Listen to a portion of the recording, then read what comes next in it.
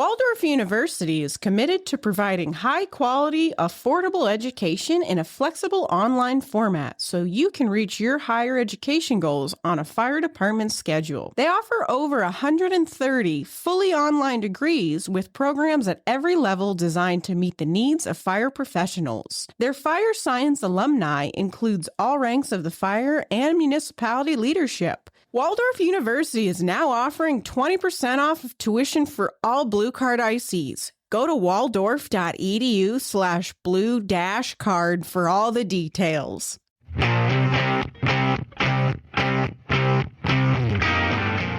Hello and welcome to the Bee Shifter Podcast. I'm John Vance, your host. We want to welcome you here today. Coming up, incident audio on 2 strategic shifts. Stand by for that.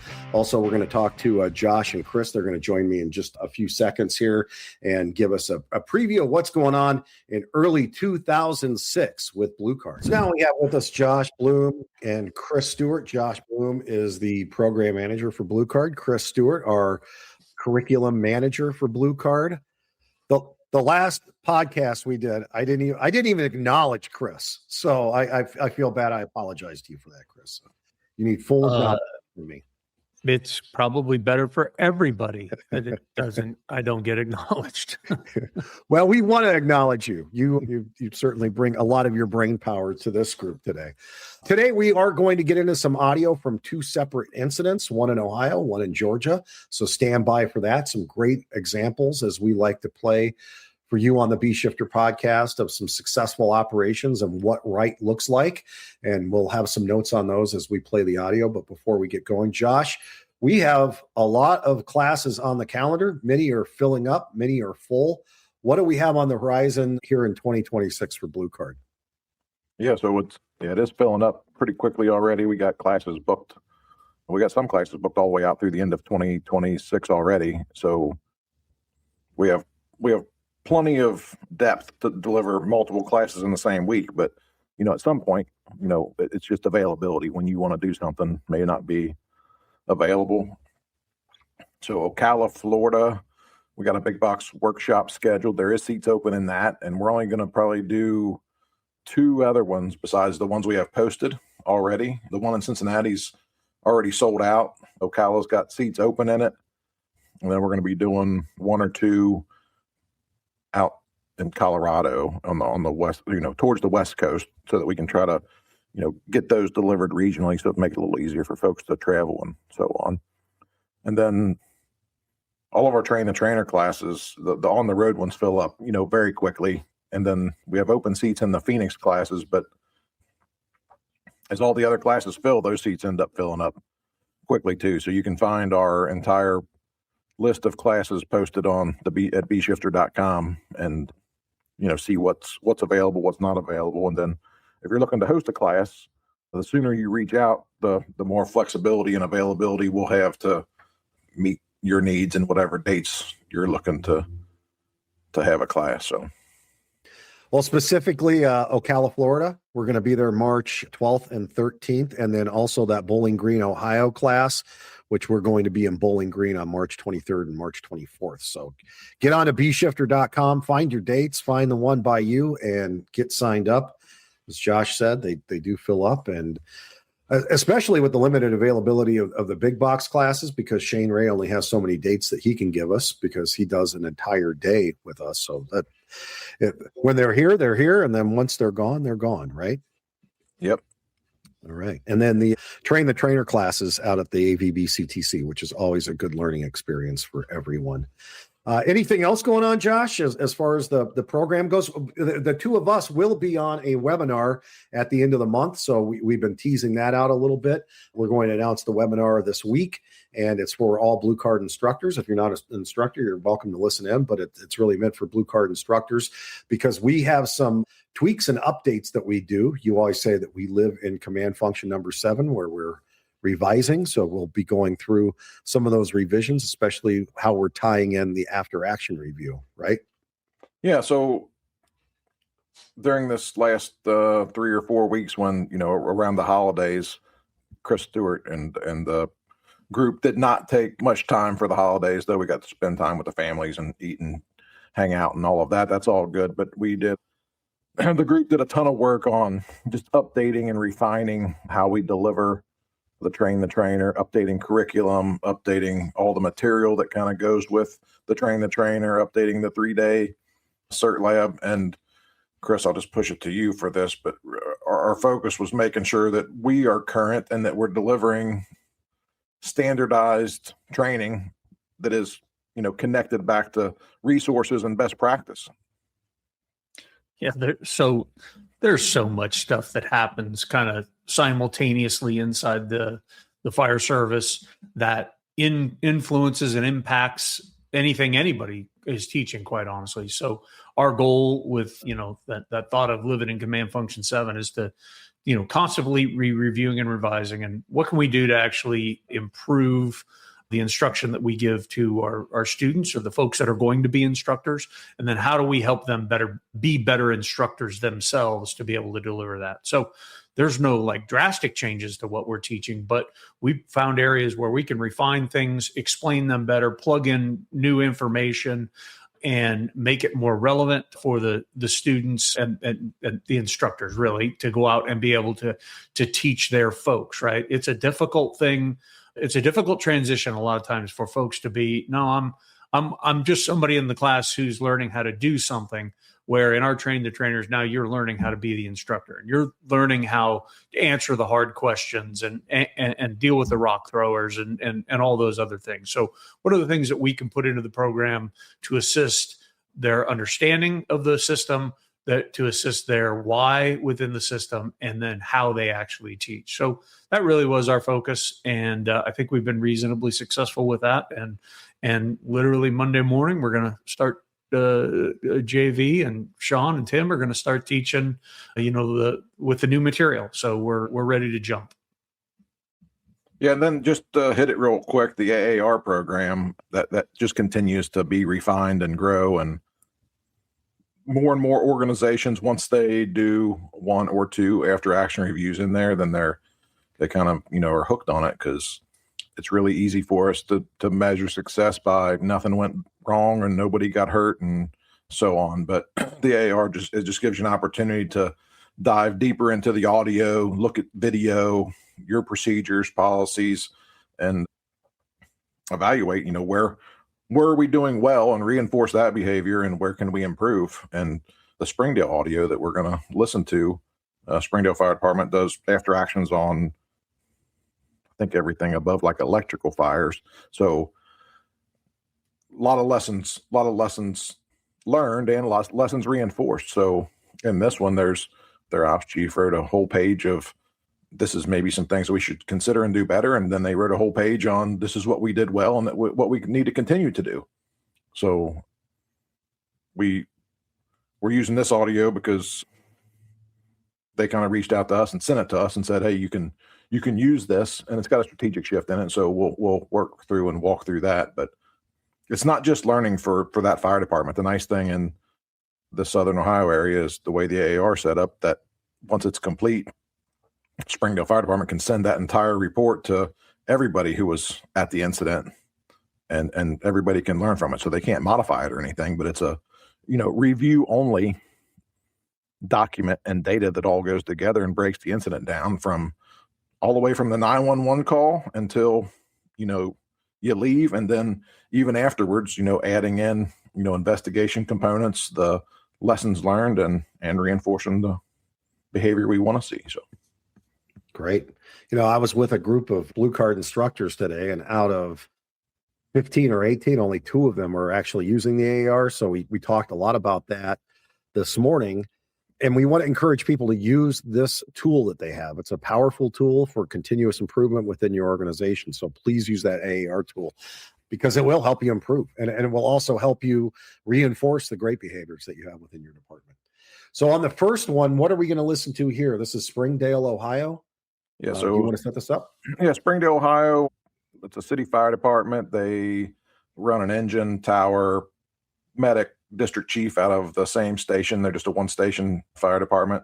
At this incident, I think there were 7 or 8 different fire departments dispatched to it, because that's how they meet their, standard response numbers for whatever the building type would be. And fortunately in this region, most everybody out of 46 fire departments, I think 40 of them have pretty much so fully engaged with Blue Card, have standardized policies, procedures, guidelines, and it even jumps the county line now, which is even better that it's going into the county just north and just east of the county that the city of Springdale's in. So, everybody operating under one plan, before it's even dispatched. So everybody's using the same system to manage the fireground, and everybody has the same standardized SOGs when they operate on the fireground, from accountability to strategic shift to communications, using tickets on the radio, just the whole Blue Card system. So on this incident,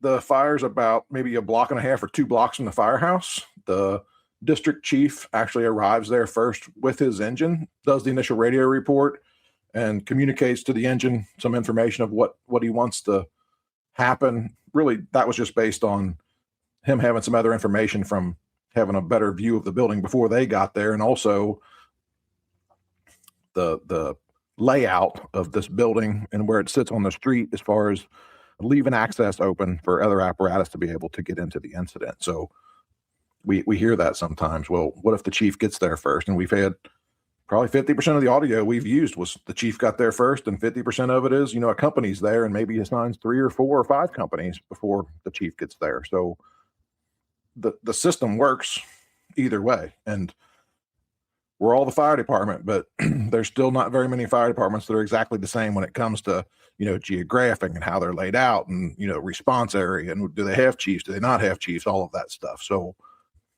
as we listen to this, you'll hear several other chiefs arrive and get assigned to, different positions. And all of those chiefs are coming from other mutual aid fire departments. And one thing we hear a lot about the Blue Card system is we can't get that resource there to fill that tactical level. And, Nick Bernasini always says, well, draw a box around your response area as big as the Phoenix Metro is, and I guarantee you have more chiefs available than the Phoenix Fire Department does.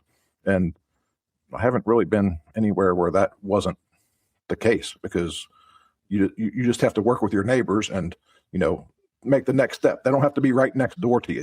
They don't all have to be there in 5 minutes. It's, as the incident escalates, we assign those folks. And then this incident has a strategic shift in it, because they identified that the roof is not intact and that they don't want people operating under it. So we'll kind of talk about that. And really, this whole podcast, we'll talk about the whole system, but it'll highlight a little bit more about strategic shifts, because both of these audio clips we're going to use have strategic shifts in them. One in a commercial building strip mall, the other in a residential single-family home. So, District 90 on scene, single-story, medium-sized strip, working structure fire on the Charlie side. District 90 will have command, offensive strategy, stand by for 360, engine, lay in. You go on the Charlie side. 9601, level 1. 9601, come to the car. Engine 90 command, we're making the flip on Northland. We're going to hit this hydrant. We'll lay in. You said you want us to drive to the Charlie. You can come to the Delta side.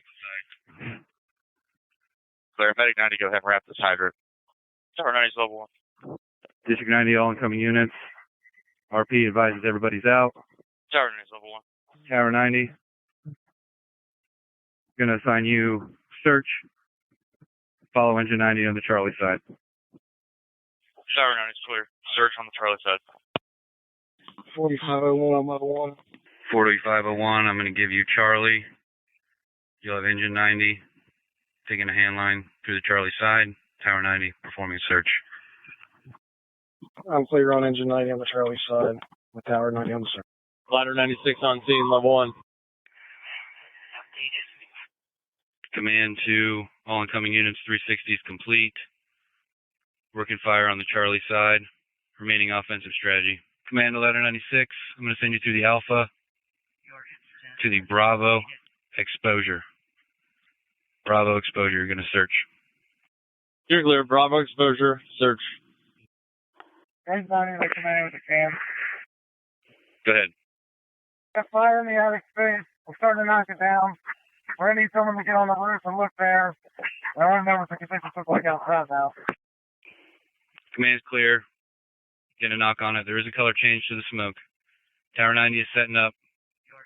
I'm going to assign the next incoming unit. Take a look at that roof. Tower 90, command.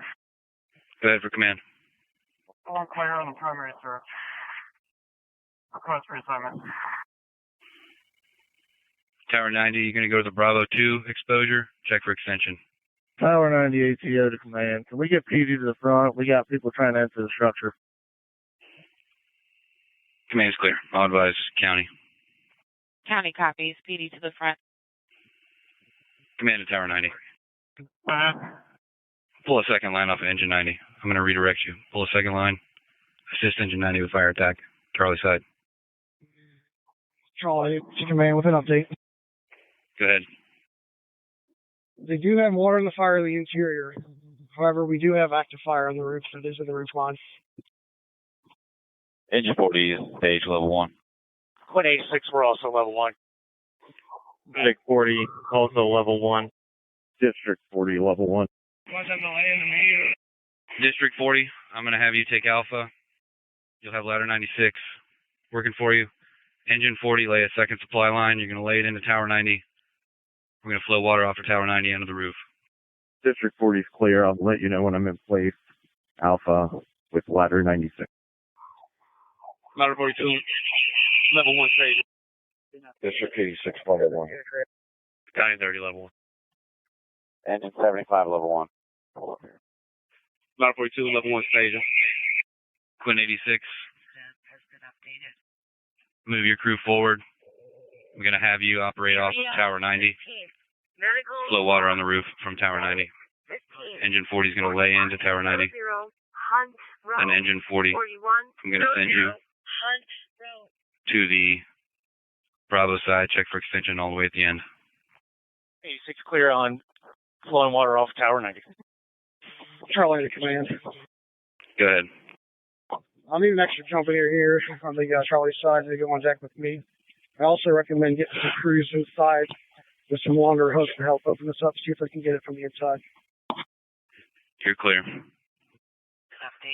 Ladder 42, move your crew forward.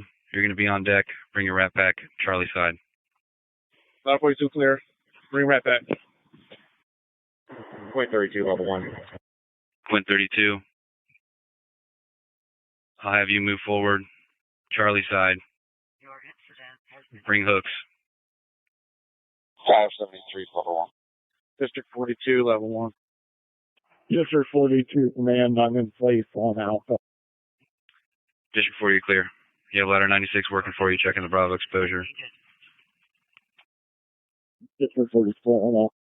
970, level 1. District 59, level 1. Charlie to command with an update. Go ahead for command. All active fire on the roof is out. The tick's looking pretty good. Just want to verify we do have a fire out before we scale this back at all. Command's clear. Active fire on the roof. Up here's out. Checking for extension. Alpha to command. Go ahead. We have an all clear in the Bravo exposure. Top ceiling tiles, nothing showing in there. Clear on Bravo exposure being clear. Which unit are you? This is Alpha. That was traffic from ladder 96. Command's clear. I'd like to get a unit into each exposure. Make sure they're clear. Alpha's clear. Engine 40 command. Ladder 96 has water. We're requesting reassignment. Command to Alpha. Go for Alpha. Sending you ladder 42 to assist in assessing the exposures. Alpha's clear. Engine 93 level 1. 2086 command for a roof report. Go ahead for command. Yeah, we do have a small little active fire still up here. This unit does appear to be one to collapse in on the inside, so I have the interior crews be a little careful. Command's clear. Small active fire on the roof line. Roof appears compromised. Command to Charlie. Yeah, this is Charlie. If the interior fire appears to be knocked down, let's pull our crews out. We'll flow water from the bucket. Attack the fire from the aerial. Okay, try just clearing that up while everybody out. Your incident has been. Command for Medic 90 info only. We got one patient. We're returning to our vehicle to assess. Command's clear to Meg 90. Engine 40 to command. We have water to Tower 90. We're requesting reassignment. Command's clear, Tower to Water 90, requesting reassignment. You're going to report to Alpha, assist in assessing the Bravo exposures. Engine 40 clear. Reporting to Alpha. Command County. County, go ahead. Command, go ahead. Give me alert tones. We're going to be switching to defensive into fire occupancy. Command, you're clear. Alert tones switching to defensive for fire occupancy, 1026. All units on fireground 4 per command switching to defensive strategy per fire occupancy. Repeating, all units switch to defensive strategy for fire occupancy. Delayed Hamilton County, 1026. Commander Charlie. Go ahead. Do we have all our interior crews out of the fire occupancy? Affirm. All units assigned to Charlie are out. Command's clear. Command, all units on the fire ground. We're in defensive in the fire occupancy. Defensive mode in the fire occupancy. We're going to be flowing water from Tower 90 onto the roof to extinguish what's left of it. Yeah, so just to kind of recap this, so it's probably 8 or 9 different fire departments that were dispatched to this.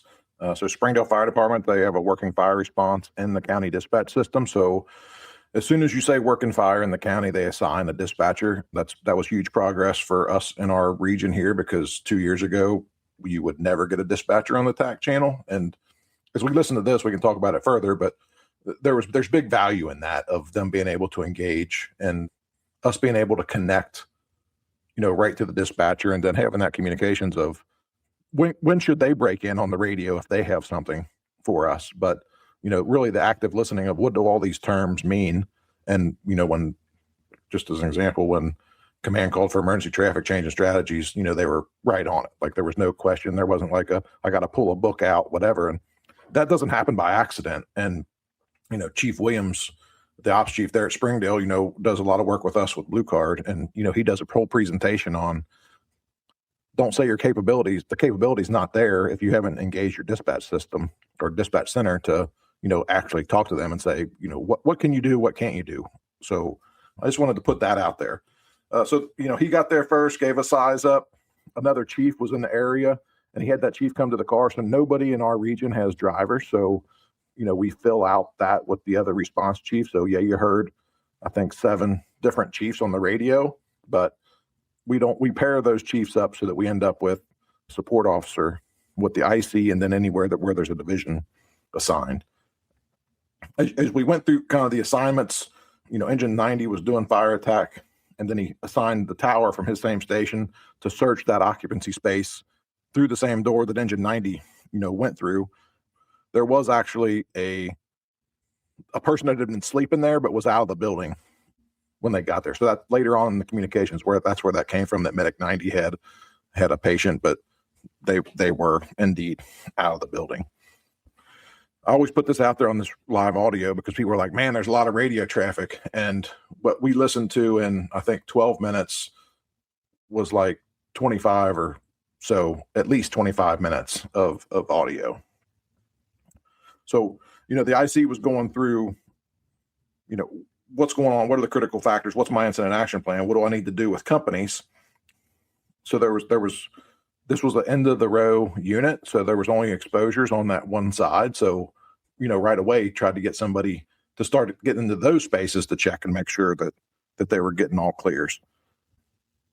I want to go back just for a second. So the power of the system and the training is the IC that was in District 90 is a company officer that rides the engine probably every shift except for 6 or 7 shifts in a year. So he was riding up that day. So, it's a different position, but he did a nice job. And you can kind of push that all back to the system, right? That we all get trained and use the same system. So whether he was sitting in the engine or whether he was sitting in that car, everybody's, trained the same way on the same page. But my point there is when you tell somebody what you want them to do and you train them to do it, you get good performance typically out the other side of it. You can't just say, oh, the chief's off today, so you're a company officer, you're going to ride in the car today, just go figure it out. So beyond that, we heard all those other assignments. There was a lot of companies, going into level 1 and all that. But again, that was, in a very compressed time frame. Some pretty good information, from Charlie. So command assigned Charlie, gave him a couple companies. That was kind of a forecasting thing of where's the work happening, how many people are back there. He couldn't see what was going on back there from where he was positioned. So getting a division boss into that place, because there was going to be, 2, 3, 4, 5, 6 companies assigned back there, doing work. And he got a support officer assigned, with that division. And then, the fire attack and the primary unit was being taken care of. So he then gave some focus to getting all clears and all of those other units. And the easiest way for him to do that was, well, he got one unit into there, but then as soon as he got another chief, he assigned somebody to Alpha. But their assignment was to get an all clear of all the rest of those units all the way down the building. So if you didn't have extension in the first one, you probably don't have extension in any of the other ones, but just making sure that there was no occupants, in any of those units at that point.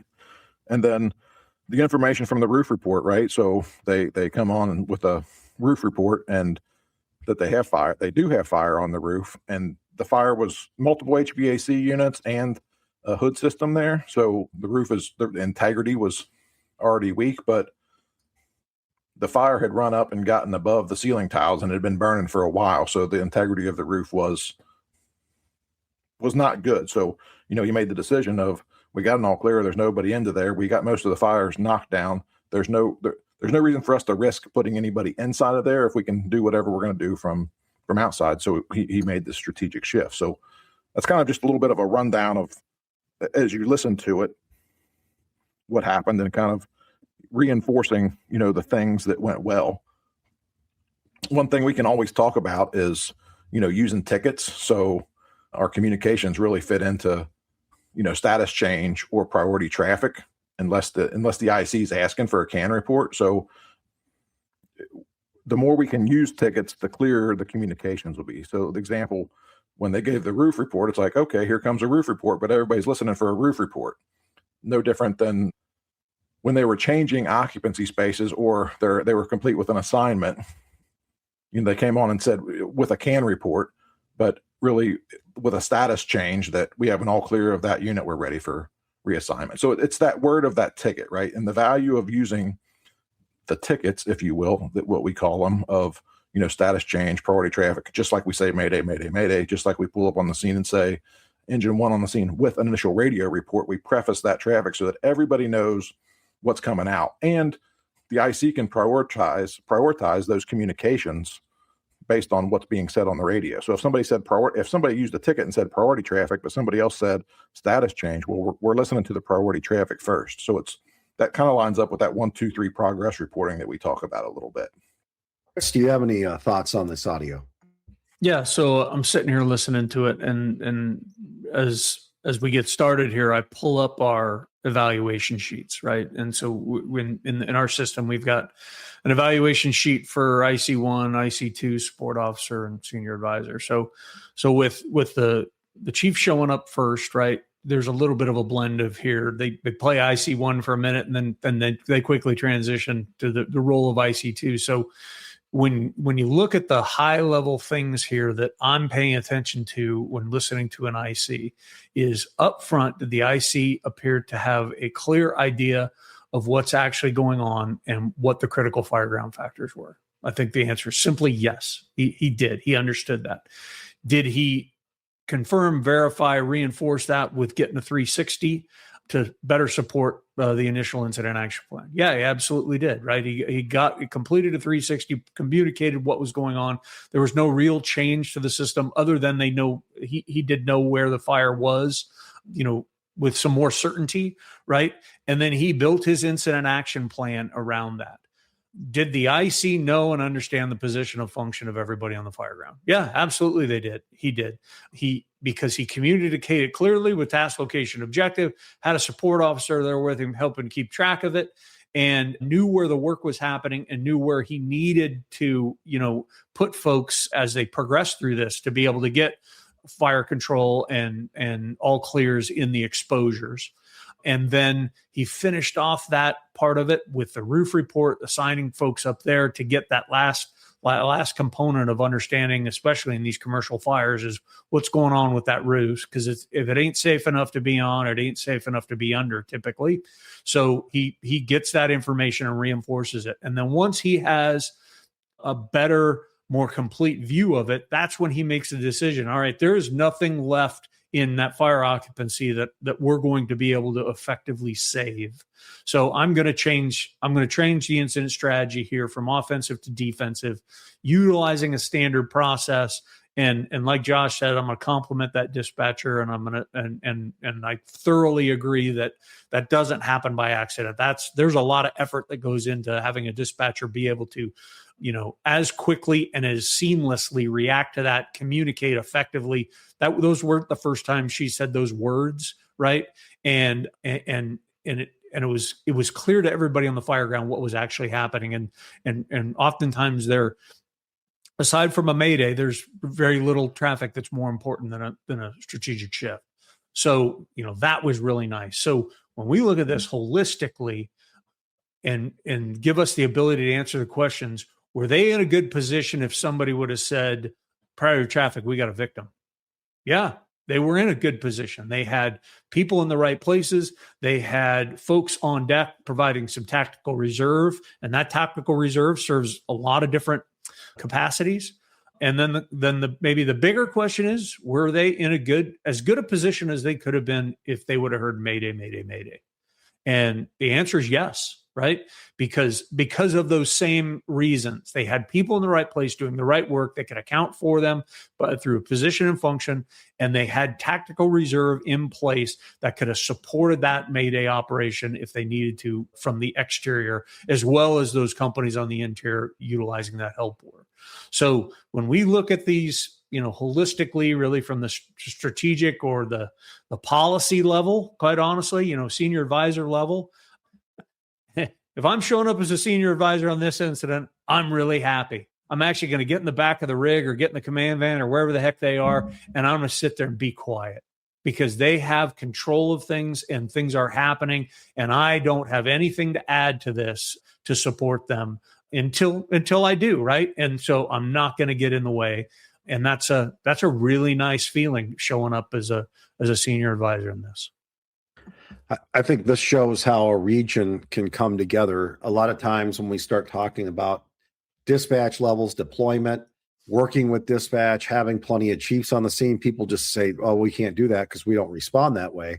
There was a time, I'm sure in Hamilton County, you didn't get those levels. I know in Hennepin County, you didn't get those levels. I know in Indiana, you didn't get those levels, but you work towards it, right? You start talking to your neighbors and say, hey, we can use more chiefs on the scene. This is why we're doing blue card. You explain it. Same on the resource level. And the same thing with working with dispatch. That relationship with dispatch takes years to cultivate. And sometimes it takes a little while for them to, monitor the TAC channel and be a part of that. But you guys got there because that was your goal. And you guys built the system to eventually do now what a 1-station fire department is now capable of doing, something that a 5 or 7-station fire department traditionally could do. Yeah. And like you guys said, none of that happens by accident, and it wasn't without, pushback, because the fire service, doesn't want to change. But when you get all of those people on board, and then you get folks saying, well, there is nothing else. And, and I always say, if not this, then what? And people just look at you like you're crazy. And it's like, well, if not this, then what? So just to put it out there, in this county, the working group and the chiefs have put together minimum requirements that if you're going to ride in that car, whether you're the chief or you're in a ride up and you're riding in the car, in order for you to fill the actual position, just because you're in the car don't mean shit. It's the capability and the training that goes along with it. So they have to be blue card certified. They suggest that they're hazmat ICs through blue card. They have to have the Mayday workshop. They have to have the big box workshop. They have to have the division ops workshop. And then we have a list of other classes. They have to have the company officer decision-making class, the thermal imaging class, and a few others. But that takes this entire region and makes it operationally much more like one agency instead of 46 different fire departments. And if you add the next county, it's, like 70 different fire departments, but operating much closer together. And, we still have, and we always will have work to do, but it had to start somewhere. And if you would have, listened to any of this 6 or 7 or 8 years ago, it wouldn't have sounded anything like this. But everybody's getting on the same page with, that same goal in mind and operating under, one incident action plan. So, and our dispatchers are all, our dispatch, the director in charge of the dispatch center is totally committed to training all of their dispatchers with the Blue Card dispatcher program. So that just ties it in that much better, because they know, in some cases, they hear things that maybe we don't hear on the fire ground. So that's a nice, backup of, did you hear this? Not that they're going to engage in the middle and cut in if when things are going right, but if they hear a transmission 2 or 3 times, they might call command and say, hey, did you hear engine whoever's, transmission? And, it's okay. Whereas before, they weren't going to listen at all because they weren't even on the channel, because nobody ever asked them to even be on the channel. So, yeah, a lot of progress with that. All right. Let's switch over to Cobb County. This one is a residential fire. What can you tell us about this, Josh? Yeah, so Cobb County, another very large county fire department, 4 or 5, I think, battalions on a day and a shift commander. They do really well with Blue Card. We've had them on, I don't know, 7, 8, 9, 10 times with, I think some other strategic shifts. One of the strategic shifts in the past, the IC was going to change strategies, and he had a division boss in place that said, just give me like a few minutes to at least get this all clear, and then I think we can change strategies. And it's like, that's a value of putting the division boss forward, right? But there was trust in that too. Like the IC without the division boss was changing strategies, but the incident action plan that the division boss had for getting it all clear of some remaining units and doing some risk analysis, because they're a little bit closer to it, there was huge value in that, because they were able to get an all clear so that everybody felt better about, okay, we're changing strategies, and we're confident that we have a primary all clear for search, and there's nobody in there. So on this one, it's a residential building, and as we march through this, we'll just do the same thing when we wrap it up and kind of break it down. But they do a lot of things with dispatch too, and their dispatch engages with them very nicely and gives them information. And none of this ever happens by accident. It's intentional, because they engage. They put out and say that, this is what we're going to do. We're going to train you to that level. This is the expectation. And when things don't go right, they address it.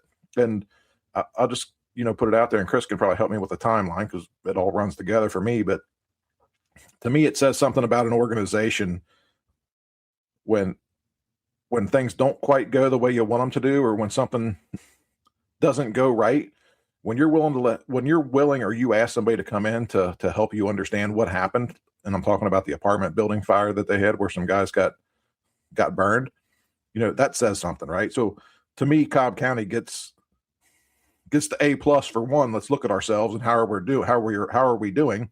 And kind of the good is never good enough. And we're going to keep trudging forward, and they too are committed to the system. So yeah, knowing the folks that we know in Cobb County and being familiar with their system and having gone there and trained with them and all that, is they are interested in doing a good job. They are. That's a big deal to them organizationally. That's a pride thing for the membership. That's an important part for the leadership and specifically the training folks there.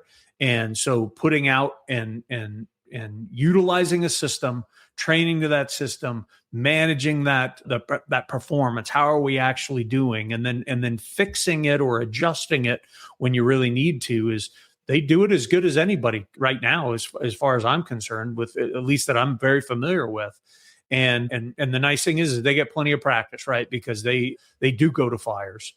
And they're interested in doing a good job, and they're connected to more than just Blue Card. They're connected to a lot of the things that are going on in the fire service that make them better. I love when we have the opportunity to put out live audio, every so often, because it shows, one, the commitment from the organization to provide the service that why we're in business, to provide service, right? Life safety, and put out people's fires, right? Really, we become all hazards. Whatever they call for is what we're going to do. And both of these audio examples show that the system is committed to putting the fire out and to life safety, period. There is no other ands, if, buts about it. So anybody out there who doesn't know about the system, you can continue to be scared of the dark, because that's all it is. You don't know what it is, and you don't know what sits in the dark. That's why you're scared of the dark, and that's why you're scared of the system. The other thing I want to say, Josh, is can an organization really say they give a shit about their members and they give a shit about the community if they're not willing to hold themselves accountable in their performance, right? And I don't mean like in a disciplinary way. I mean, like, no, literally, we're going to hold each other accountable, right, to how we perform. And then because we care about the community, we legitimately care about the community. So that's a strength, I think, that goes right along with what you're talking about. And accountability is reinforcing good behavior and just correcting when we can do things better. Accountability, so often they're like, oh, you're going to write me up, or I'm going to be in trouble, or you talk to me wrong way, or whatever. And it's like, get over it. Like, you're all committed to provide service for this job. Then let's do that. Let's commit and do it the best that we possibly can do it. All right, let's go to Cobb County, Georgia. Rated all units running Vineyard Way. Call takers advising. Homeowners are saying the garage is on fire, cars are catching on fire, and that the homeowners are trying to get into the house and take the cars out. They're not listening to the call taker. Time 3 radio. Time 3, go ahead. Let's go ahead and upgrade the response. Radio is clear, upgrade response. All units, upgraded response. Engine 15 radio. Engine 15, go ahead. All right, Engine 15 is on scene. Small two-story residential structure. We do have flames showing on the Bravo side coming out the garage, it looks like. Engine 15 will have command to make this a working fire. Go ahead and balance the alarm. Out doing the 360. Radio is clear, on scene, small two-story, flame showing Bravo side coming out of the garage, working fire. I'll do 360. Balance the alarm. Command radio. Command, go ahead. Just be advised, I met with the homeowner. It appears that everyone is out of the house. Radio is clear. Everyone out of the house. The Time 3 radio. Time 3, go ahead.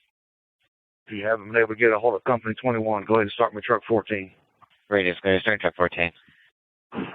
Command radio with follow-up. Command, go ahead with follow-up. I walk around complete. It's going to be a two-story. I live structure with a split level. Main body of fire is coming through the garage. 15 will be fire control. No change in the IEP plan. Radio is clear. Walk around complete. Main body of fire through the garage. Engine 20 is level 1 with 4. 10-4. Command Engine 20. 20, go ahead. Looks like we're your stage. That's going to be our last hydrant. You guys will catch that and just forward lay into Engine 15. 20's clear, forward lay in. Time 3 is on scene. 10-4. The Time 3 command transfer. Command Bat 3, go ahead. Hey, Steve, I got you guys being fire control on the alpha side. Check that. Looks like you're going to be on just the alpha side there. You also got Engine 20. There's going to be water supply. If all that's correct, give me a can. Yeah, 10-4, that's correct. We're getting a knock on the fire that's in the garage, but it is extended into the house. As soon as we get another crew, we'll need a second line to go interior on the alpha side. The Time 3 is clear. I'll take from out here. Right. The Time 3 radio. Time 3, go ahead. Show Battalion 3 assume command. We're going to make also strategy. No change to the IAP. Radio is clear. Offensive strategy. No change IAP. Command Engine 20. 20, go ahead. Hey, go ahead and have your driver complete the water supply. The rest of your crew is going to pull an additional line off of Engine 15. Alpha side front door for fire control. Check for extension. 20's clear. Second line out, side front door. Check for extension. Command radio. Command, go ahead. Were you able to get a hold of Company 21? Negative, you were not. Still no answer over radio and no answer to the station. Start me an additional engine and an additional rescue, please. Radio is clear. Start additional engine and additional rescue. 15 Bravo, 15 Alpha, you're about 10% water. We're about 70 permanent water. Engine 15, come on. Go ahead, engine 15. Go ahead and get the utility companies out here, electrical company. We've got it popping all down here in the garage. All right, I'm clear. Radio is clear. Thank you. Command, do you know what power company supplies this area? Stand by. Squad's on scene. Stand by. Command Squad 16. Go ahead, Chief. I need you on deck, Alpha side. Squad receive, on deck, Alpha side. Command radio, Georgia Power. Radio is clear. Engine 15, command. Go ahead, engine 15. If they had mentioned to you yet, the only thing we were advised by the homeowners is there may be a cat inside. One cat. All right, I'm clear. 20 to 15 pumper. We're ready for water on that second line. Engine 14, level 1. Command engine 14. Engine 14, go ahead. Hey, bring your crew up. It's going to be on deck, Alpha. We're clear on deck, Alpha side. Engine 15, command, you're on permanent water. Command's clear. Radio, you clear. Can you repeat that? Department of Water has been established. Stand by. Command Squad 16. Squad go. Hey, Bob, I need you guys to give me a search. Squad receive on search. Engine 15, command. Go ahead, engine 15. Just be advised, there's a partial floor collapse. It's going to be on the Bravo side. Command's clear. We have a partial collapse on the Bravo side. First floor, you said? Yeah, 10-4. The rest is Command to all crews operating. Be advised, we do have a partial collapse on the first floor. Truck 14, got more. Truck 14, command. Command to truck 14. Go ahead, command. Hey, well, I need you to head up and be Alpha on deck, Alpha side. Truck 14 is clear on deck, Alpha side. Command engine 14. Engine 14, go. Hey, Wes, can you secure the utilities and also give me an additional 360? I don't have eyes on this structure at all. Yeah, 10-4, Squad 16, command. Go ahead, Squad 16. Yeah, so I'm going to pull the additional line down the right side. You say an additional line to the Alpha side? Yeah, 10-4, we got heavy fire on the first floor. Command's clear. Break. Command engine 14. Engine 14, go ahead. Hey, let's go ahead and swap and get an additional line off of engine 15, Alpha side, front door. All right, we're clear. Second line. Outside front door. It'll be a third line. Battalion 2's on scene. Battalion 2. Battalion 2's on scene. We're going to be over here behind truck 14. All right, 10-4. I want to make you Alpha Division. Let me know you're in place, and I'll give you your assignment. Who's running to you? 10-4. Alpha Division. Engine 14, ready for water. Rescue 14, level 1 with 2. Command clear, Rescue 14. Rescue 14, go ahead. I'm clear, your level 1. Command the last unit, repeat your traffic. Squad 16, Lieutenant First Flight Control, basement. Bobby, you're unreadable. Command to Squad 16. Go ahead, sir. I did not read your last traffic. No, I'm trying to get in contact with Lieutenant First Flight Control, basement. All right, the only thing I could understand was something in the basement. I'll do face to face. Roger that. Engine 25 is on scene, level 1 with 3. Radio's clear, engine 25. Stay in level 1. Clear, level 1. Engine 20, command. Go ahead, engine 20. Can we get a release team on our nozzle, please? We recycle. Engine, command's clear. Break. Engine to truck 14. Engine 14, go ahead. Hey, relieve engine 15. Truck 14, relieve engine 15 on their hand line. Truck 14, clear assignment. Engine 15, command. Go ahead. We're going to reposition our line to the Charlie side. We got a good body of fire on the main floor. Working its way upstairs already. Right, I'm clear. Reposition your line. Break. Command to truck 14. Truck 14, go ahead, command. You will be relieving engine 20, not engine 15. Truck 14, clear, taking 20 line. Engine 20, command with a status change. Go ahead, engine 20. Exited the structure with 4 personnel. Headed to recycle. I'm clear. Exit 4 personnel. Recycle. Air 30, I'll say. Command Air 30. Go ahead. You set up recycle for rehab right between engine 20 and engine 15. Civil. Med ops on scene with 2. Command's clear, med ops. Med ops, go ahead. Here's go ahead and make your way down to the rehab area. Med ops clear. Command radio. Drop the emergency tones. Radio's clear, dropping emergency tones. Command all units operating on the structure. We're transitioning to defensive mode operations. Everyone exit the structure. Defensive mode, exit the structure. Got a partial collapse on the Charlie side. Command to Alpha, boss. Command to Alpha Division. Alpha Division, go ahead. Help me get a par as they come out the Alpha side. 4. Squad 16 Alpha, Squad 16 Bravo. Alpha Division, command. Go ahead.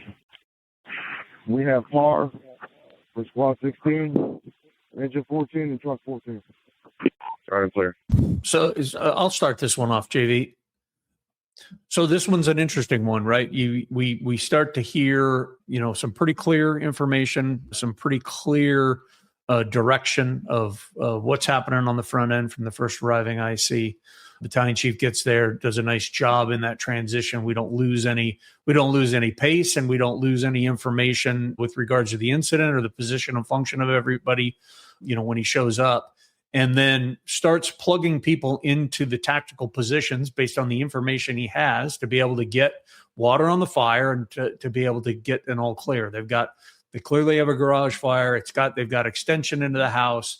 Then they start getting information about there's a collapse on the Bravo. There's a change in the Charlie. The squad company starts talking about something about the basement, and which really was the first time we kind of heard the idea that there's a basement here, at least that I caught. And the IC's starting to take all these pieces of what's going on while there's still information coming in that we do not have fire control. They've got fire in this location, that location.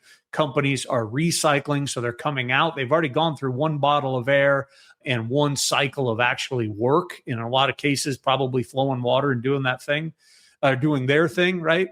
And now we're getting to the point is, all right, the IC makes the decision. Can I support what's going on based on the structural integrity, based on the progress that we're making on the fire, or can't I? And he clearly cannot support that, right? And so makes the decision to change strategies. Has in the interim before this happens, gets a division boss in place to start organizing and paying attention and coordinating what's happening on that Alpha side. And which gives him the ability, all right, now Alpha's going to manage this. I've got stuff going on here on Bravo and Charlie. I'm going to start paying attention to these companies a little bit more closely, puts it all together, makes the decision. And then once he goes defensive, then it's very easy to connect with Alpha and the other folks to make sure, all right, is everybody out and do they have a par, right? So that they can move forward with this defensive incident action plan. And so again, I think they're utilizing the system effectively and the way it was intended.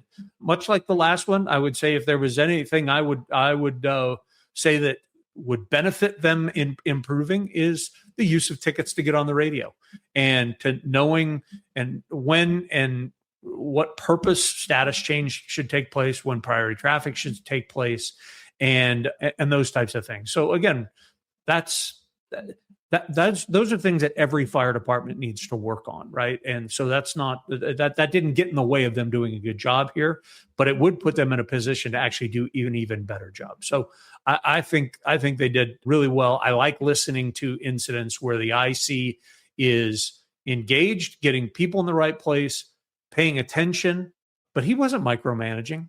He was not in their business. He wasn't telling them how and when and why and all these other things. He gave them the right amount of information in TLO and the assignments, and then and then communicated well when there was progress reports, and then made a change when he should have made a change before something bad happens. And so that's a good thing. Yeah, so this is just another one to reinforce the dispatch engaging, because their dispatch clearly engages, so that's really good. And then another piece is this organization sends what they've identified as the appropriate amount of resource to.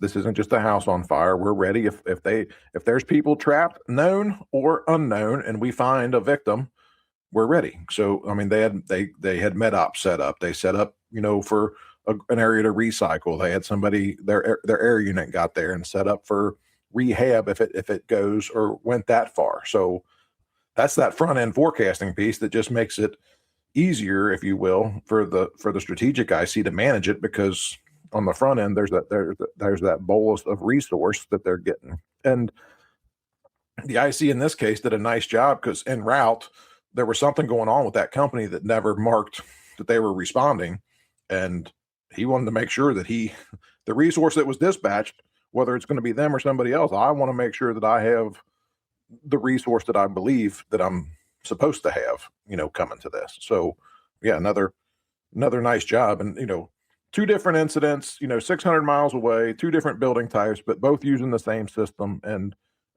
District 90 from Springdale could sit in the car and run that incident at Cobb, and vice versa. And because it's, again, it's the same system, and people are trained the same way with the same kind of expectations. So I time this out, and we get criticized from people who don't understand what Blue Card is about level 1 staging. They think level 1 staging is a mile away, and you're just sitting there waiting for an assignment.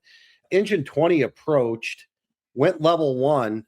Command immediately identified, hey, I need you on that hydrant where you're at right now, and make that water supply. That was a total of 13 seconds. So it took 13 seconds for the level 1 transmission to happen, and for them to get back what their assignment was going to be initially.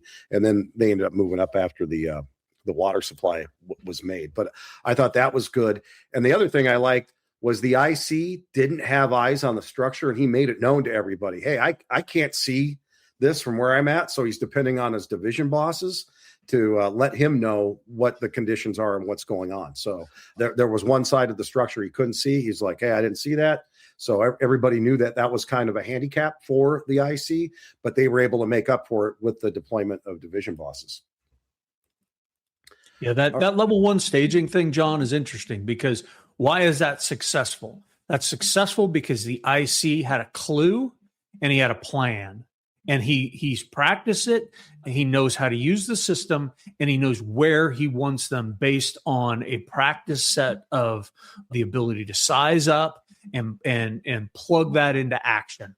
And that's exactly why that's happening. And that's a great thing. And the detractors of level 1 staging, probably like many things in their life, they don't get. All right, 2 great clips this week: Springdale, Ohio, and Cobb County, Georgia. Thank you for sending those clips in. If you would like us to showcase what you're doing at your department, please contact us in the show notes, and we'd be happy to showcase what you're doing at your department with your audio. It helps everyone else learn, and we appreciate that, and show practical application of Blue Card. Before we go today, timeless tactical truths.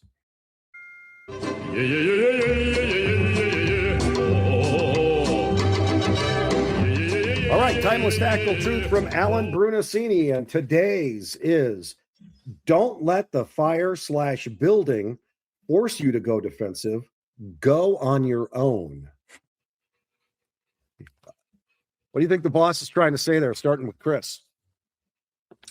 I think exactly what I just said with the last comment I made about this incident, right?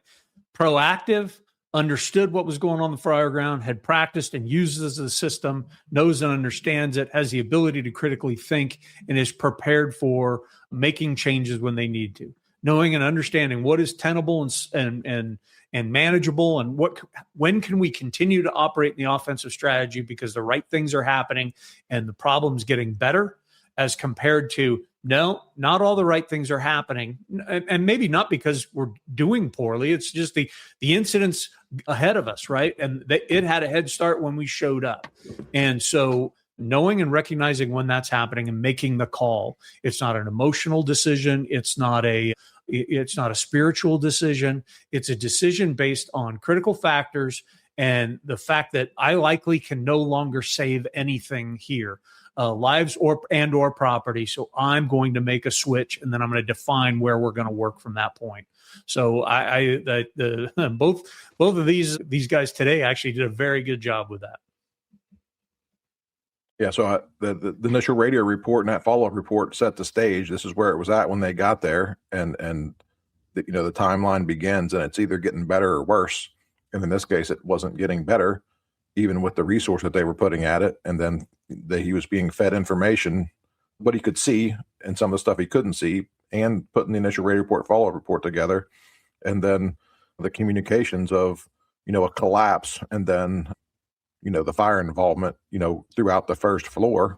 Conditions were not getting better based on the resource that they were putting at it. And they were not going to win, right? It was too far ahead. So it's that forecasting piece. So from the time that they arrived, what does it look like, and what do we think is going to happen? That's a wrap on today's Bee Shifter podcast. I'd like to thank Josh Blum and Chris Stewart for riding shotgun today and helping us out with that audio. Especially thank you to Springdale, Ohio and Cobb County, Georgia. Remember to like and subscribe. Tell your friends about the Bee Shifter podcast. And until next Thursday, we'll talk to you later. Thanks for listening.